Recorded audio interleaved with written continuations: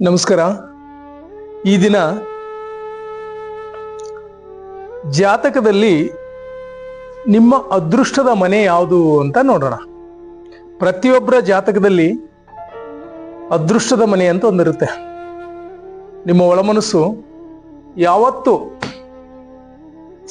Positive ಆಗಿ receive ಮಾಡುತ್ತೋ ಆಗ ಅಲ್ಲಿ ಒಂದು ಜಾಗೃತಿ ಏರ್ಪಡುತ್ತೆ.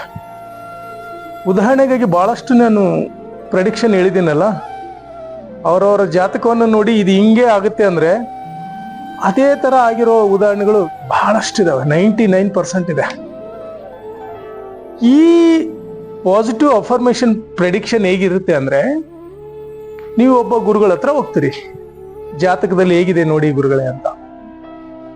ನೀವು ನಂಬಿರ್ತಕ್ಕಂಥದ್ದು ಆ ಗುರುಗಳು ಹೇಳುವ ವಾಕ್ಯವನ್ನ, ಗುರುಗಳೇ ನನ್ನ ಜಾತಕದಲ್ಲಿ ಏನೇನಿದೆ, ಯಾವ ಗ್ರಹಗಳ ವರ್ತನೆ ಹೇಗಿದೆ ಅಂತ.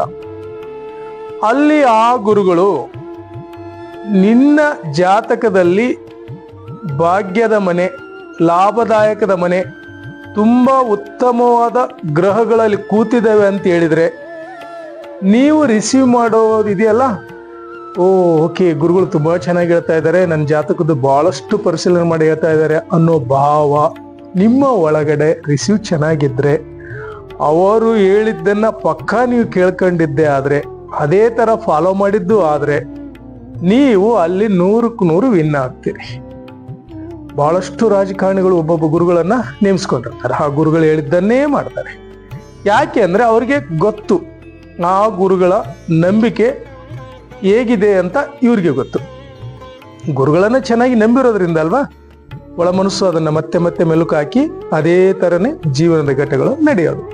ಈಗ ನೋಡೋಣ, 2ನೇ ಮನೆಯಲ್ಲಿ ಮತ್ತು 11ನೇ ಮನೆ ನಿಮ್ಮ ಜಾತಕದ ಲಗ್ನದಿಂದ 2ನೇ ಮನೆ ಲಾಭಾಧಿಪತಿ ಏನ್ ಮಾಡ್ತಿದ್ದಾನೆ ಮತ್ತು 11ನೇ ಮನೆ ಭಾಗ್ಯಾಧಿಪತಿ ಏನಿದೆ, ಇದನ್ನ ನೋಡ್ಕೊಂಡಾಗ ನಿಮ್ಗನ್ಸುತ್ತೆ ಇಲ್ಲಿರೋ ಪ್ಲಾನೆಟ್ಗಳು, ಇಲ್ಲಿರೋ ಗ್ರಹಗಳು ಸ್ಟ್ರಾಂಗ್ ಇದ್ರೆ ನಿಮ್ಮ ಜಾತಕದಲ್ಲಿ ಈ ಗ್ರಹಗಳ ದಶೆ ಸ್ಟಾರ್ಟ್ ಆದ್ರೆ, ಅಂತರ್ದಶೆ ಸ್ಟಾರ್ಟ್ ಆದಾಗ ಈ ಪ್ರೆಡಿಕ್ಷನ್ ಅಲ್ಲಿ ನೀವು ಕೆಲವೊಂದನ್ನ ಅಚೀವ್ಮೆಂಟ್ ಮಾಡಿರ್ತೀರಿ. ನೀವು ನೋಡಿ, ಮೆಲುಕು ಹಾಕೊಳ್ಳಿ, ಒಂದು 40 ವರ್ಷದವರೇ ಇದ್ದೀರಿ ಅಂತ ಅನ್ಕೊಳ್ಳಿ. 25 ವರ್ಷದ ಘಟನೆಯಲ್ಲಿ ಏನಾಗಿತ್ತು ಮತ್ತು 30ರಲ್ಲಿ ಏನಾಯ್ತು, 35ರಲ್ಲಿ ಏನಾಯ್ತು ಅಂತ ಸುಮ್ಮನೆ ಮೆಲುಕು ಹಾಕಿ. ಆಗ ನಿಮ್ಮ ಗ್ರಹಗಳ ಚಲನೆ ಹೇಗಿದೆ ಅಂತ ಗೊತ್ತಾದ್ರೆ ನಿಮಗೆ ಆ ಲಾಭದ ಸ್ಥಿತಿ ಮತ್ತು ಉನ್ನತ ಮಟ್ಟಕ್ಕೆ ಹೋಗೋ ಸ್ಥಿತಿ ನಿಮಗೆ ಗೊತ್ತಾಗ್ಬಿಡುತ್ತೆ. ಇದು ಎಷ್ಟು ಪಕ್ಕ ಇದೆ ಅಂದ್ರೆ, date of birth, time, place ಸಿಕ್ಬಿಡ್ತು ಅಂದ್ರೆ ನಿಮ್ಮ ಜಾತಕದ ಅಪ್ ಟು ಎಂಡ್ವರೆಗೂ ನಾವು ಹೇಳ್ಬೋದು ನಿಮ್ಮ ಆರೋಗ್ಯದ ಸ್ಥಿತಿ ಇಲ್ಲಿಂದ ಇಲ್ಲಿವರೆಗೆ ಹಿಂಗಿದೆ, ಆರ್ಥಿಕ ಸ್ಥಿತಿ ಹಿಂಗಿದೆ, ಮದುವೆ ವೈವಾಹಿಕ ಸ್ಥಿತಿ ಹಿಂಗಿದೆ, ಮಕ್ಕಳ ಸಂತಾನ ಭಾಗ್ಯದ ಹಿಂಗಿದೆ, ಕೋರ್ಟು ಕಚೇರಿ ವ್ಯವಹಾರ ಹಿಂಗಿದೆ, ಎಲ್ಲವನ್ನ ಹೇಳ್ಬೋದು. ಮೊನ್ನೆ ಒಬ್ರು ಬಂದಿದ್ರು, ಹೇಳ್ತಾರೆ ಅವರು 2ನೇ ಮನೆ ಲಾಭಾಧಿಪತಿ ಗ್ರಹ ಸ್ಟ್ರಾಂಗ್ ಇದ್ರು ಕೂಡ, ನನಗೆ ಈಗ ದಶೆ ಸ್ಟಾರ್ಟ್ ನಡೀತಾ ಇದ್ರು ಕೂಡ ಯಾಕೆ ಫಲಿತ ಸಿಗ್ತಾ ಇಲ್ಲ, ಅಪ್ ಅಂಡ್ ಡೌನ್ ಆಗ್ತಾ ಇದೆ ಯಾಕೆ ಅಂತ ಪ್ರಶ್ನೆ ಮಾಡಿದ್ರು. ನೋಡಿ, ಶುಕ್ರದಶೆ ಬಂತು ಅಂದ ತಕ್ಷಣ ಎಲ್ಲರಿಗೂ ದುಡ್ಡು ಬಂದ್ಬಿಡಲ್ಲ. ಶುಕ್ರ ನಿಮ್ಮ ಜಾತಕದಲ್ಲಿ ಯಾವ ಮನೆಯಲ್ಲಿ ಕೂತಿದ್ದಾನೆ, ಲಾಭ ಸ್ಥಾನದಲ್ಲಿದಾನೋ ವ್ಯಯ ಸ್ಥಾನದಲ್ಲಿದಾನೋ ನೋಡ್ಕೋಬೇಕು. ಕೆಲವ್ರು ಹೇಳ್ತಾರೆ 20 ವರ್ಷ ಶುಕ್ರದಶೆ ಗುರುಗಳೇ, ನನಗೆ ಆಗ್ಲೇ ಇಲ್ಲ, ಅಚ್ಚೇ ಬರ್ಲಿಲ್ಲ, ಶುಕ್ರದಶೆ ಏನೇನು ಬೆನಿಫಿಟ್ ಆಗಿಲ್ಲ ಅಂತ ಹೇಳ್ತಾರೆ. ಆ ಶುಕ್ರದಶೆ ಬಗ್ಗೆ ಕೆಲವು ಫಿಲ್ಮ್ಗಳೇ ಬಂದೋಗ್ಬಿಟ್ಟು. ಅಂದ್ರೆ ಶುಕ್ರದಶೆ ಬ್ಯೂಟಿಫುಲ್, ತುಂಬಾ ಅದೃಷ್ಟವನ್ನು ಕೊಡ್ತಾನೆ, ಸ್ಟಾರ್ ಮಟ್ಟಕ್ಕೆ ಹೋಯ್ತಾನೆ, ಹೆಸರು ಕೀರ್ತಿ ಎಲ್ಲವನ್ನು ಕೊಡ್ತಾನೆ, ಓಕೆ ಡನ್. ಬಟ್ ಆ ಕೂತಿರೋ ಸ್ಥಾನ ಇದೆಯಲ್ವಾ, ವ್ಯಯ ಸ್ಥಾನದಲ್ಲಿ ಕೂತಿದ್ದ, ನೀಚ ಸ್ಥಾನದಲ್ಲಿ ಇತ್ತು, ದೃಷ್ಟಿ ಸರಿ ಇರ್ಲಿಲ್ಲ ಅಂದ್ರೆ ಅದು ನಿಮ್ಗೆ ಸಕ್ಸಸ್ ಕೊಡಲ್ಲ. ಬಟ್ ಅದೇ ವ್ಯಯ ಸ್ಥಾನದಲ್ಲಿ ಬೇರೆ ಗ್ರಹಗಳಿದ್ದು, ನೆಗೆಟಿವ್ ಪ್ಲಾನೆಟ್ಗಳಿದ್ದು, ಉಚ್ಚ ಸ್ಥಾನದಲ್ಲಿ ಗುರು ಇದ್ದು ಆಗಿದ್ದಾಗ ನಿಮ್ಗೆ ಸಕ್ಸಸ್ ಆಗುತ್ತೆ. ಕೆಲವೊಬ್ರು ಹೇಳ್ತಾರೆ ನನ್ಗೆ ಶನಿ ದಶೆ ನಡೀತಾ ಇದೆ ಗುರುಗಳೇ, ತುಂಬಾ ಚೆನ್ನಾಗಿ ಹೆಚ್ಚು ಬಂದಿದೆ ಅಂತ. ನಿಮ್ಮ ಜಾತಕದಲ್ಲಿ ಲಗ್ನದ ಮೂಲದಲ್ಲಿ ಶನಿನೇ ನಿಮ್ಗೆ ಅಧಿಪತಿ. ಶನಿ ಮಹಾರಾಜ್ ಇದ್ದಾಗನೇ ನೀವು ಸಕ್ಸಸ್ ಆಗಿರ್ತೀರಿ. ಬಹಳಷ್ಟು ಪ್ರೆಡಿಕ್ಷನ್ ನಾನು ನೋಡ್ತಾ ಇದ್ದಾಗ ಅದೇ ಕನ್ಫ್ಯೂಸ್. ಅವ್ರು ಹೇಳ್ತಾರೆ ಅಲ್ರಿ ಶನಿ ಎಲ್ಲರಿಗೂ ತೊಂದರೆ, 7.5 ಅಂತಾರೆ. ನೋ, 7.5 ಕೆಲವೊಬ್ರಿಗೆ, ಇಲ್ಲಿ ಗ್ರಹಗಳ ಸರಿ ಇಲ್ಲ ಅಂದ್ರೆ 7.5 ಚೆನ್ನಾಗಿತ್ತು ಅಂದ್ರೆ 7.5 ಅವ್ರು ಸಕ್ಸಸ್ ಆಗ್ತಾರೆ. ಕುಂಭರಾಶಿ ಮಕರ ರಾಶಿ ಅವ್ರಿಗೆ ಅಲ್ಲೇನಾದ್ರೂ ಕರೆಕ್ಟ್ ಪ್ಲಾನೆಟ್ ಶನಿ ಮಹಾರಾಜ್ ಅವ್ರ ಮನೆಯಲ್ಲೇ ಕೂತಿದ್ದ ಮಕರದಲ್ಲಿ ಕುಂಭದಲ್ಲಿ ಅಂದ್ರೆ ತುಂಬಾ ಚೆನ್ನಾಗಿ ಅದೃಷ್ಟ ಕೂಡಿ ಬರುತ್ತೆ ಅವ್ರಿಗೆ. ಯಾಕೆಂದ್ರೆ ದಶೆ ಕೂಡ ನಡೀತಾ ಇದೆ, ಅಂತರ್ದಶೆ ಬಂತು ಅಂದ್ರೆ ಅವ್ರು ಆ ಟೈಮ್ನಲ್ಲಿ ಭೂ ಖರೀದಿ ವ್ಯವಹಾರ ಕೆಲವು ವ್ಯಾಜ್ಯಗಳು ವಿನ್ ಆಗ್ಬಿಡ್ತಾರೆ. ಅವರು ದೊಡ್ಡ ದೊಡ್ಡ ರಿಚೆಸ್ಟ್ ಆಗಿರೋರು ಶನಿ ಮಹಾರಾಜ್ ಇದ್ದಾಗನೇ ಆಗಿದ್ದಾರೆ. ಶನಿ ಮಹಾರಾಜ್ ಕೆಟ್ಟವರಲ್ಲ, ಅವರಷ್ಟು ಒಳ್ಳೆಯವ್ರು ಯಾರು ಇಲ್ಲ. ಯಾರು ಬುದ್ಧಿ ಹೇಳಿ ಕೆಡ್ಕಂಡ್ ಮಾಡಿಸಿ ತೊಂದರೆ ಕೊಡ್ತಾರಲ್ಲ ಅವ್ರಿಗೆ ಥ್ಯಾಂಕ್ಸ್ ಹೇಳ್ಬೇಕು. ಜೀವನದಲ್ಲಿ ಒಂದು ಪಾಠವನ್ನ ಕಲಿಸ್ತಕ್ಕಂಥ ಗ್ರಹ ಏನಾದ್ರೂ ಇದ್ರೆ ಅದು ಶನಿ ದಶೆ.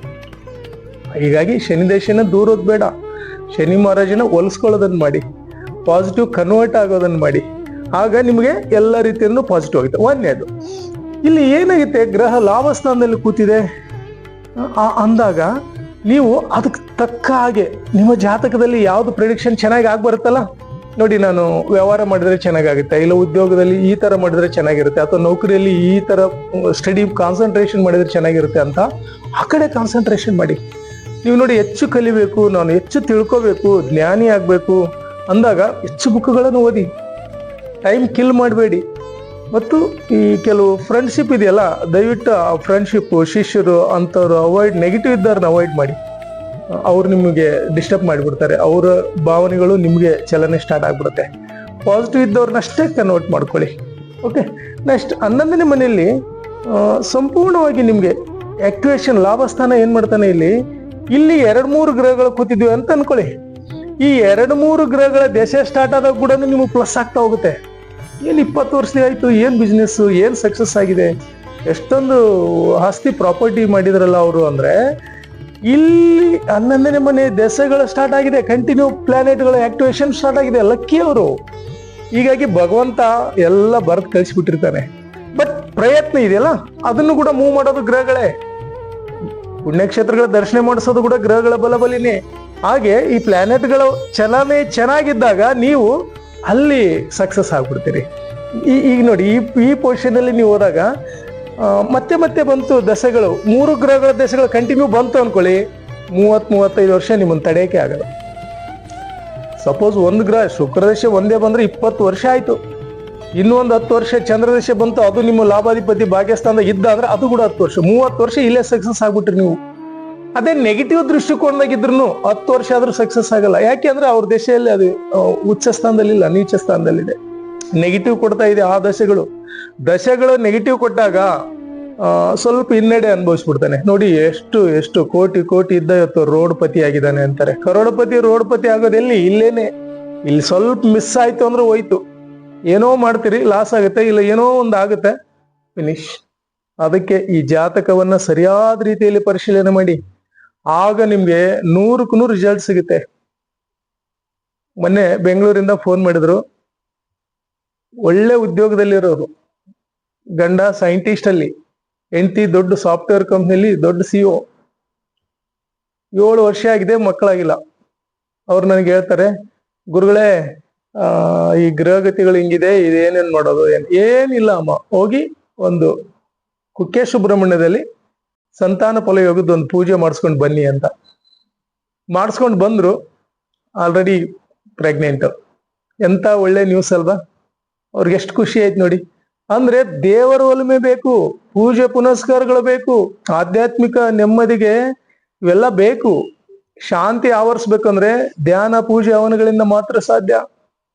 ಹೀಗಾಗಿ ಎಲ್ಲರೂ ಈ ಒಂದು ಸಾಧನೆಯನ್ನ, ಜಾತಕವನ್ನ, ಆಧ್ಯಾತ್ಮದ ತಿಳುವಳಿಕೆಯನ್ನ, ಜ್ಞಾನ ಭಂಡಾರವನ್ನ ಎಲ್ಲವನ್ನ ಕಲ್ಕೊಳ್ಳಿ. ಈ ನನ್ನ ಒಂದು ಕಾರ್ಯಕ್ರಮದಲ್ಲಿ ನಿಮ್ಮನ್ನೆಲ್ಲ ಆಧ್ಯಾತ್ಮಿಕದ ಕಡೆ, ಶಾಂತಿಯ ಕಡೆ, ನೆಮ್ಮದಿಯ ಕಡೆ, ಈ ಭೂಮಿಗೆ ಬಂದಿದ್ದು ಸಾರ್ಥಕ ಅನ್ನೋದ್ರ ಕಡೆ ಒಯ್ಯೋದೇ ನನ್ನ ಕಾರ್ಯಕ್ರಮದ ಉದ್ದೇಶ. ಯಾರ್ಯಾರು ಈ ಚಾನೆಲ್ ಅನ್ನು ನೋಡ್ತಾ ಇದ್ರಲ್ಲ, ನಮ್ಮ ಯೂಟ್ಯೂಬ್ ಚಾನೆಲ್ ಅನ್ನ ನೀವೆಲ್ಲ ವಾಟ್ಸಪ್ ಗ್ರೂಪ್ಗಳಿಗೆ ಶೇರ್ ಮಾಡಿ. ಈ ಆಧ್ಯಾತ್ಮ ಎಲ್ಲರಿಗೂ ತಲುಪಲಿ. ಧಾರಾವಾಹಿ ಎಲ್ಲ ನೋಡ್ತಾ ಇದ್ರಲ್ವಾ, ಇದು ಒಂದು 10 ನಿಮಿಷ ಆಧ್ಯಾತ್ಮ ಒಂದು ಪ್ರವಚನ ಎಲ್ಲ ಮನೆಗಳು ತಲುಪಲಿ. ಆಗ ನೀವು ಆನಂದವಾಗಿರ್ಲಿಕ್ಕೆ ಸಾಧ್ಯ ಆಗುತ್ತೆ. ಇದು ಬೇಕಾಗಿದೆ, ಎಲ್ಲರಿಗೂ ಈ ತಿಳುವಳಿಕೆ ಬೇಕಾಗಿದೆ. ಮೊನ್ನೆ ಒಬ್ರು ಕೇಳ್ತಿದ್ದಾರೆ, ಗುರುಗಳೇ ನಿಮ್ಮದ್ರಲ್ಲಿ ಪಾಸಿಟಿವ್ ಅಫರ್ಮೇಷನ್ ಇದೆ, ಧ್ಯಾನದ ಇದೆ, ಆಸ್ಟ್ರಾಲಜಿ ಪ್ರೆಡಿಕ್ಷನ್ ಇದೆ, ರೇಖಿ ಇದೆ, ಹೀಲಿಂಗ್ ಇದೆ, ವಾಸ್ತು ಇದೆ, ಎಲ್ಲ ಇದೆಯಲ್ಲ ನಿಮ್ಮದು ಅಂತ ತುಂಬಾ ಖುಷಿ ಆಗುತ್ತೆ ಗುರುಗಳೇ. ಇದನ್ನ ಈ ತರ ಇರೋರು ಕಡಿಮೆ, ಒಂದೊಂದರಲ್ಲೇ ಸ್ಪೆಷಲಿಸ್ಟ್ ಇರ್ತಾರೆ. ಬಟ್ ನೀವು ಎಲ್ಲವನ್ನ ತಿಳಿಸಿ ಹೇಳೋದ್ರಿಂದ ನಮ್ಗೆ ಬಹಳ ಆನಂದವಾಗಿದೆ. ನಾವೆಲ್ಲರಿಗೂ ಶೇರ್ ಮಾಡ್ತಾ ಇದೀವಿ ಅಂತ ಹೇಳ್ತಿದ್ದಾರೆ. ಹೀಗಾಗಿ ನೀವು ಇದನ್ನ ಕಲ್ತ್ಕೊಳ್ಳಿ, ಒಂದೊಂದನ್ನೇ ರೂಢಿಸ್ಕೊಳ್ಳಿ. ಜೀವನದಲ್ಲಿ ನೆಮ್ಮದಿ ಮತ್ತು ಆನಂದದ ಕಡೆ ಎಲ್ಲರೂ ಸೇರ್ಕೊಂಡು ಹೋಗೋಣ. ಓಕೆ, ಈ ದಿನದ ಪ್ರೆಡಿಕ್ಷನ್ ಇತ್ತು.